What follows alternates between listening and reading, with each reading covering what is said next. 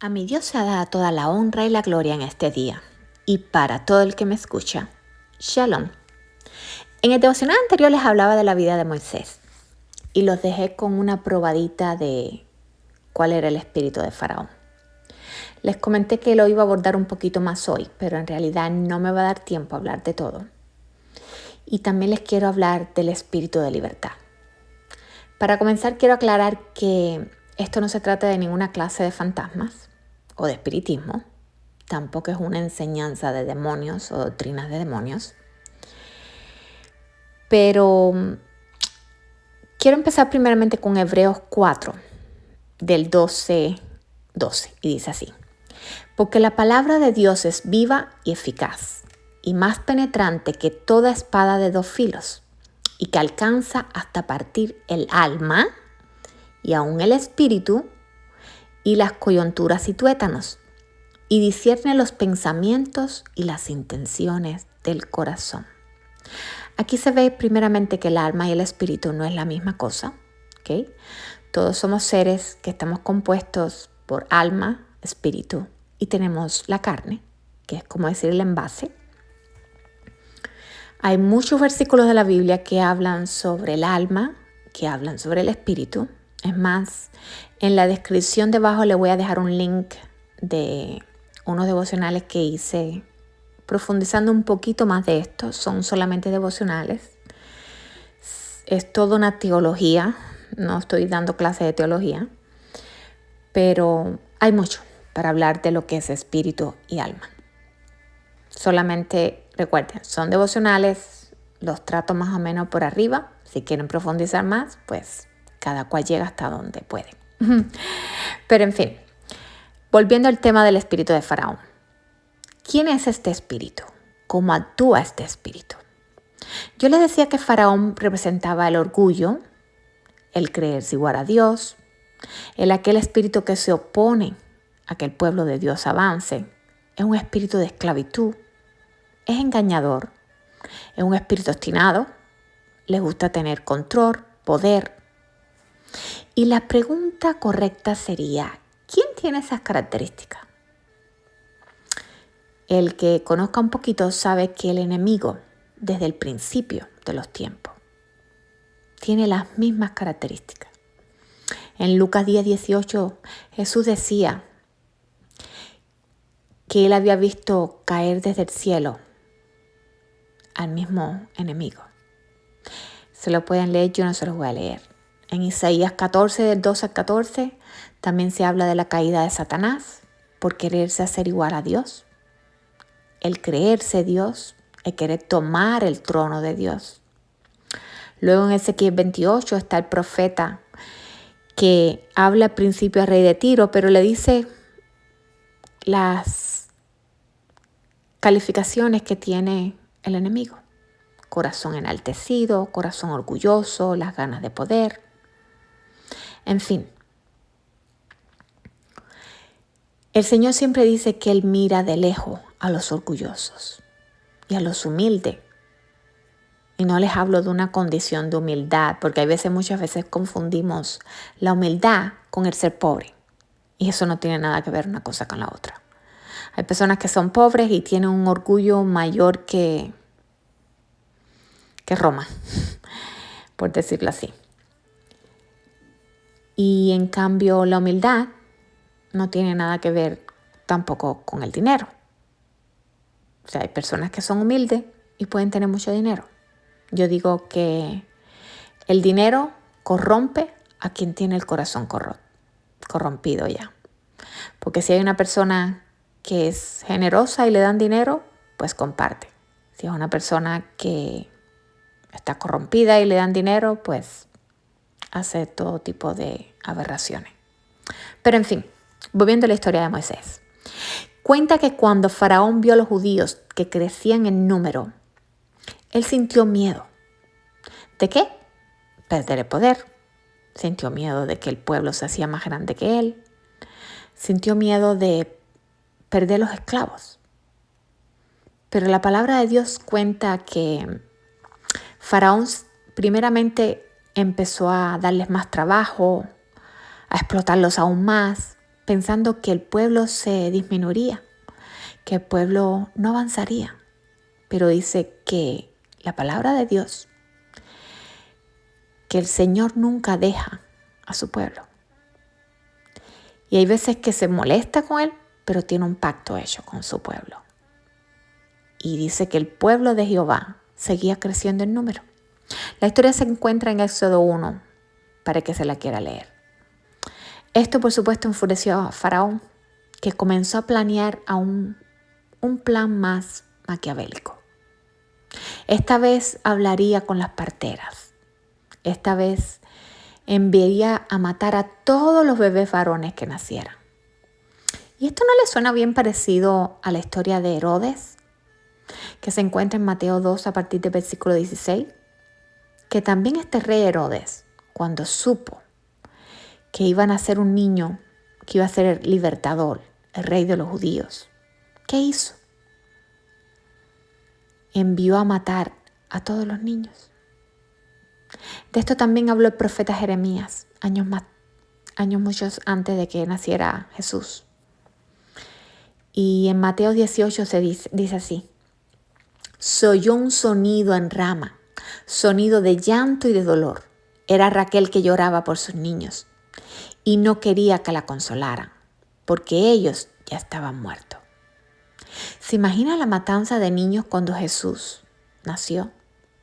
Y lo mismo pasó con Faraón, cuando Moisés, el que sería el libertador. El mismo espíritu que hoy también es nuestro enemigo, que dice la Biblia de él, que él vino a matar, robar y destruir. Todavía él existe hoy en día, pero hoy puede estar en los gobernadores, puede estar dentro de cualquier persona, pero puede estar dentro de nosotros mismos. ¿Cómo? Esclavizando a las personas. No solamente con espíritu de orgullo y de muerte, sino con todo aquello que nos esclaviza. En 1 de Pedro 5:8 se nos advierte esto y dice: sed del espíritu sobrio, estar alerta. Vuestro adversario el diablo anda al acecho como león rugiente, buscando a quien devorar. El enemigo no descansa, él avanza. ¿En qué? En maquinaciones, en tener las personas esclavas. ¿Son esclavas de qué? En vicios, pensamientos suicidas, en placeres de la vida, amor al dinero, amor a ellos mismos, egoísmo. Todos quieren ser protagonistas. Nadie quiere darle protagonismo a Dios. Pero Dios, en cambio, ¿qué hizo? Envió otro libertador. ¿Y quién es este? Pues el Espíritu Santo. Pues la palabra de Dios dice que donde mora el Espíritu de Dios hay libertad. Se la pueden leer en 2 Corintios 3:17. Dice: porque el Señor es el Espíritu. Y donde está el Espíritu del Señor, allí hay libertad. En un mismo cuerpo no puede estar el libertador y el que esclaviza. Hace varios meses atrás, en uno de los servicios de la iglesia en la parte de inglés, yo estaba hablando del Espíritu Santo. El Señor me había puesto inquietud por el Espíritu Santo. Y recuerdo que llegué a la iglesia en inglés y el pastor Todd, principal de mi iglesia, estaba hablando algo que hace poco volvía a recordar. Y él decía más o menos algo así. Él decía que en inglés el Espíritu Santo le llamaban el Holy Ghost, que traducido es como decir fantasma santo. Imagínense, en inglés también suena raro, ¿no? Y si alguien menciona un fantasma en el medio de la iglesia, todos saldrían corriendo. Pero él decía: hay poder en el Espíritu Santo para romper cadenas. Pero que había muchas iglesias que se les había olvidado llamar al Espíritu Santo porque tenían miedo que él se apareciera. Y a mí me dio gracia, pero a veces pienso que es así. A veces no clamamos porque el Espíritu Santo aparezca. Y mientras tanto, el enemigo sigue tomando acción. El enemigo sigue entrando en las personas. Por eso es que hay tantas personas esclavizadas hoy en día. Y no se puede ignorar las maquinaciones del diablo, porque las maquinaciones del diablo solamente pueden ser enfrentadas en el mismo mundo. Si el diablo existe, Dios le dio poder, pero si no enfrentamos esas cosas, sigue avanzando la maldad. Moisés solamente no fue un libertador en lo físico. Moisés se convirtió en un gran intercesor. Dios abrió para Moisés un camino en el medio del mar. Hizo un milagro creativo, algo sobrenatural. Pero luego lo haría caminar en lo natural. Y Moisés se convirtió en un intercesor para su pueblo. La pintura sé que la estoy pintando un carro. Se lo quería regalar a una persona. Sé que Dios la va a usar grandemente con sus canciones para libertar. Y aunque el video no se trata solamente de ella, bueno, quise usarlo para este devocional, por eso me salió tarde. Pero volviendo de nuevo a los jóvenes y a nuestra generación, a lo que nos está tocando vivir. Al enemigo lo llaman como el príncipe de las tinieblas, el príncipe de los aires. ¿Y qué se mueve hoy en los aires? El Internet. ¿Y para qué sirve el Internet? ¿Qué se propaga en el Internet? Hay videogames que enseña a nuestros hijos. ¿En qué entrena el cerebro de nuestros hijos? ¿De qué son los videogames? Son muy pocos los que son jueguitos tontos, como uno le llama, ¿no? O jueguitos que vayan a enseñar algo. Todos son matar, sobrevivir. Entonces, ¿a qué estamos entrenando? Es el cerebro de las nuevas generaciones. Y luego nos asombramos cuando un niño coge una pistola y va y mata una serie de niños. O cuando dices algo en el internet y todo el mundo te sale a gritarte, a molestarse. Todo el mundo está como agresivo en la calle, en todos los lugares. ¿Y por qué? Porque hay demasiada presión y no nos damos cuenta. Y me estoy leyendo un libro que se llama Tough Guys y Drama Queen. Y este hombre del libro, ahora no lo tengo delante de mí, pero posiblemente se lo ponga debajo de la descripción porque me gusta darle derecho al autor. Este hombre mencionaba que los jóvenes hoy en día tienen demasiada exposición. Y él decía que antiguamente los niños salían y jugaban, interactuaban con otros niños. Y hoy en día es como si los niños tuvieran tanta información solamente con un teclado, que la mente humana no está preparada para tener tanta información. Yo creo que es por eso que Dios desde el principio decía que ese árbol de la sabiduría lo deberíamos dejar. Porque sabía que la demasiada sabiduría acabaría con el mundo. Porque se pierde la santidad, se pierde esa inocencia de niño. Hoy en día los muchachos saben más que uno. Las cosas que a nosotros nos ruborizaban, los niños hablan de sexo como desde que están en 4º o 5º grado. Y les enseñan cómo cuidarse. No les enseñan a no hacerlo. Sacaron a Dios de las escuelas. Todo está bien para ellos. ¿Y qué está pasando con nuestros padres? No estamos entrenados para esta nueva generación. Y cada vez hay más y más y más muchachos con depresión, con bullying. Pero los bullying no son los mismos que existían en los tiempos de antes, son cada vez más violentos. Porque hay más violencia. Entonces, ¿las personas a qué recurren? ¿A qué están recurriendo? Incluso los jóvenes y personas adultas también. Al alcohol, a las drogas. A buscar serenidad donde no hay serenidad. Y lo que se hacen es esclavitud del enemigo. Porque eso crea esclavitud. Nadie quiere oírte hablar de Dios. Son muy pocos los que quieren oír hablar de Dios porque piensan que que no existe. Y cuando les hablas y no hay ese denuedo, no hay esa unción, no hay ese Espíritu Santo, ¿sabe lo que pasa? Que la persona solamente escucha una palabra, no tiene liberación. Es por eso que se necesita del Espíritu Santo para que haya libertad. Porque no es un cuento que donde mora el Espíritu de Dios hay libertad. Y quiero ir cerrando con esto porque no sé si me dará tiempo a orar, pero en Hechos 2 dice que después que el Espíritu Santo fue derramado en el aposento alto. Les voy a leer desde a partir del versículo 15 porque aquí es Pedro hablando a las personas porque el mundo pensaba que ellos estaban borrachos. El mundo siempre que te vaya a ver lleno del Espíritu Santo va a pensar que estás, no sé, loco, borracho, tal vez dirán que qué droga te tomaste.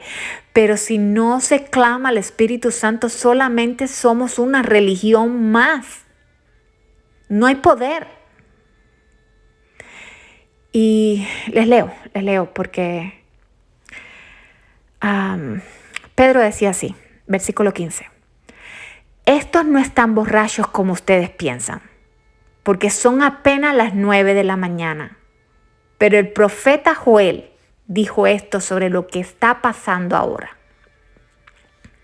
Dios dice, en los últimos días derramaré mi espíritu sobre toda la humanidad. Los hijos e hijas de ustedes profetizarán. Los jóvenes tendrán visiones y los ancianos tendrán sueños. En esos días derramaré mi espíritu sobre mis siervos, hombres y mujeres, y ellos profetizarán. Les mostraré maravillas en el cielo y señales milagrosas en la tierra. La pregunta es, ¿a quiénes se les derrama el Espíritu Santo? Lo dice aquí, hombres y mujeres. ¿Pero qué hombres y mujeres son estos? En Hechos 1 está la respuesta. Y a partir del versículo 13 dice, cuando llegaron a Jerusalén, subieron al piso donde se estaban quedando. Se reunieron allí los apóstoles. Empieza a mencionar todos los apóstoles. Y dice en el versículo 14, todos ellos se dedicaban con un mismo propósito, a orar junto con algunas mujeres, y vuelvo a decir, con María, la mamá de Jesús, y la mamá de Jesús, y con los hermanos de él. Fíjense que ellos estaban reunidos en el aposento alto haciendo algo, orando juntos. Hay que unirse en oración. Hay que clamar por el Espíritu Santo, porque sin eso no somos iglesia. Como decía el pastor Todd, tenemos miedo de llamarlos y que se presente, porque hay manifestaciones cuando Él se presenta. Y hoy sé que una de las armas que el enemigo usa para detener es el miedo, el temor. Por eso oro que todo temor se vaya en el nombre de Jesús. Que el Señor bendiga a su iglesia. Derrama del Espíritu Santo, Señor, sobre tu iglesia, Señor. Derrámate con fuego, con poder, Señor. Te necesitamos, Señor. Te necesitamos, Señor. El mundo te necesita, Padre. Nuestros hijos te necesitan, Señor. Esta ciudad te necesita, Señor. Los países te necesitan, Señor. Israel te necesita, Padre. Te necesitamos, Padre. Te lo rogamos, Señor, en el nombre de Yeshua Yamashiach. Te necesitamos, Padre. Derrama de tu Santo Espíritu, Señor, en el nombre de Jesús. Padre, bendice, Señor, a toda persona que me esté escuchando, Señor. Derrama, Señor, de tu Espíritu sobre ellos, Señor. A resplandecer tu rostro sobre ellos, Señor. Ten de nosotros misericordia, Señor. en el nombre de Jesús. Que la paz tuya, Señor, que sobreabunda todo entendimiento, lo toque. Que tu shalom nos alcance. En el nombre de Jesús. Amén.